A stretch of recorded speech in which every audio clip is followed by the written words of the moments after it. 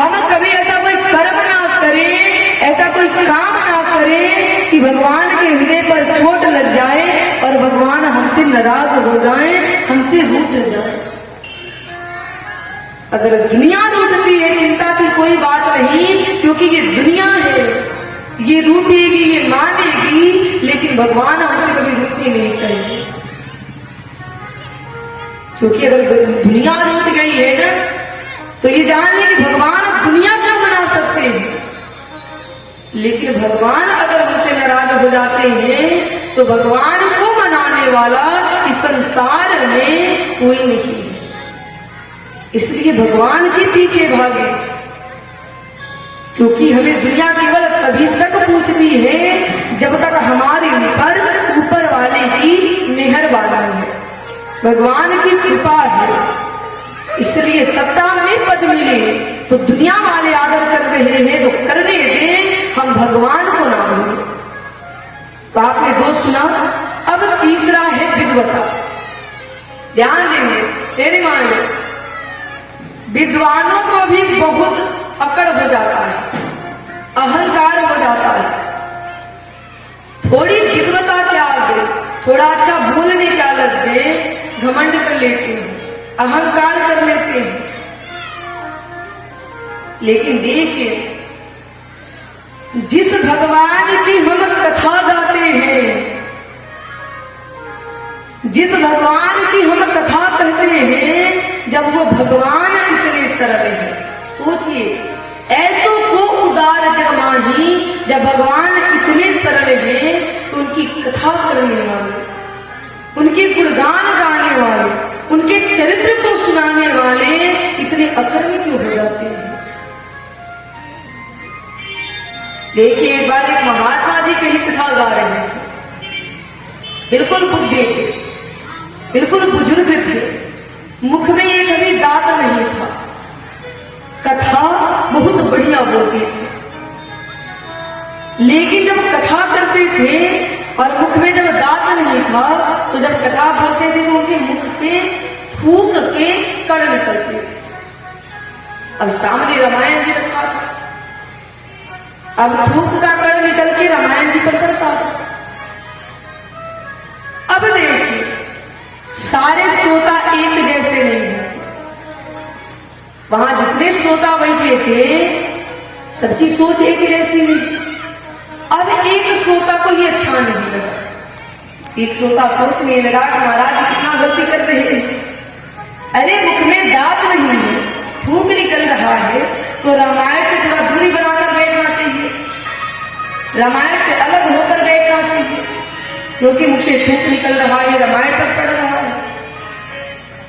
अब एक श्रोता को अच्छा नहीं लगा, उसने क्या किया कि एक चिट्ठी लिखा, एक पत्र लिखा, और पत्र में लिखा कि महाराज आप कथा तो बहुत बढ़िया कह रहे हैं, बहुत बढ़िया से समझा रहे हैं, लेकिन थोड़ा सा आप गड़बड़ कर रहे हैं।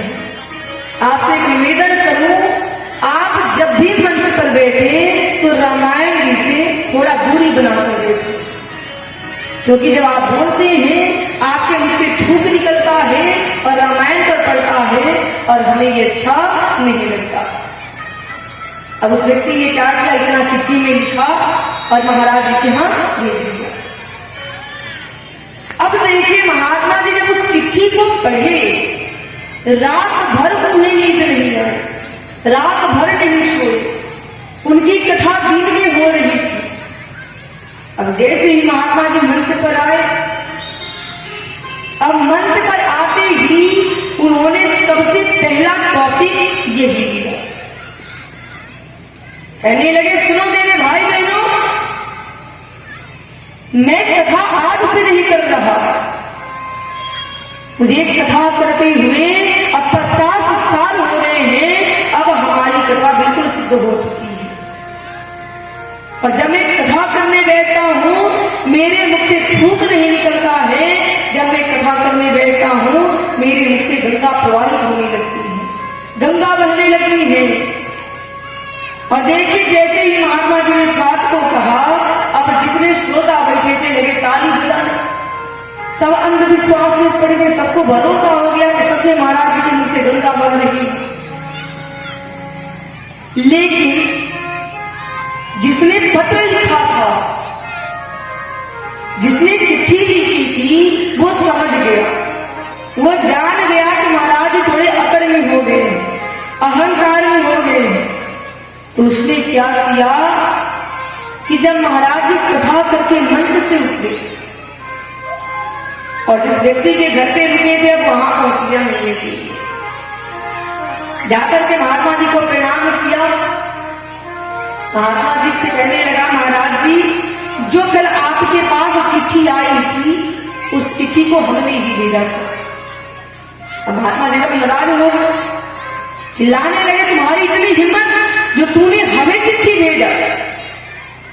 अब उस व्यक्ति ने कहा, महाराज नाराज ना होइए, मैं आपके लिए थोड़ी प्रसाद लेकर आया हूं, पहले इसको खाइए।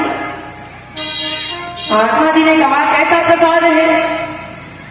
उस व्यक्ति ने कहा, पहले खाइए तो सही।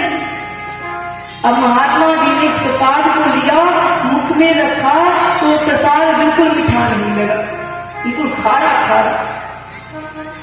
अब महात्मा जी कहने लगे, तेरे तूने कैसा प्रसाद खिलाया है, ये तो बिल्कुल मीठा नहीं लग रहा। तो उस व्यक्ति ने कहा कि अगर आप नाराज नहीं होंगे तो मैं बताऊंगा। महात्मा जी बोले, चलो बताओ, मैं नहीं नाराज होऊंगा।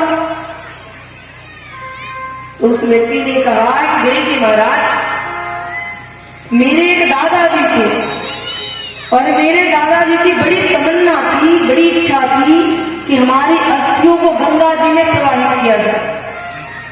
और मैं ठहरा गरीब आदमी, मैं कभी गंगा जी जा ही नहीं पाता हूं। और आज आपने कथा में बोला कि जब आप कथा बोलते हो तो आपके मुख से गंगा बहने लगती है, तो मैंने सोचा कि गंगा जी जाने से बढ़िया है कि मैं अपने दादाजी की अस्थियों को आपके मुख में डालूं। इसलिए मैं अपने दादाजी की अस्थियों को चूर्ण बना करके यहाँ लाया हूं और आपको खिलाया हूं। भाई देखिए, अहंकारियों के साथ यही होता है, घमंडियों के साथ यही होता है। इसलिए जीवन में कभी अहंकार ना करें, कभी घमंड ना करें। और देखिए आजकल लोगों को छोटी छोटी बातों पर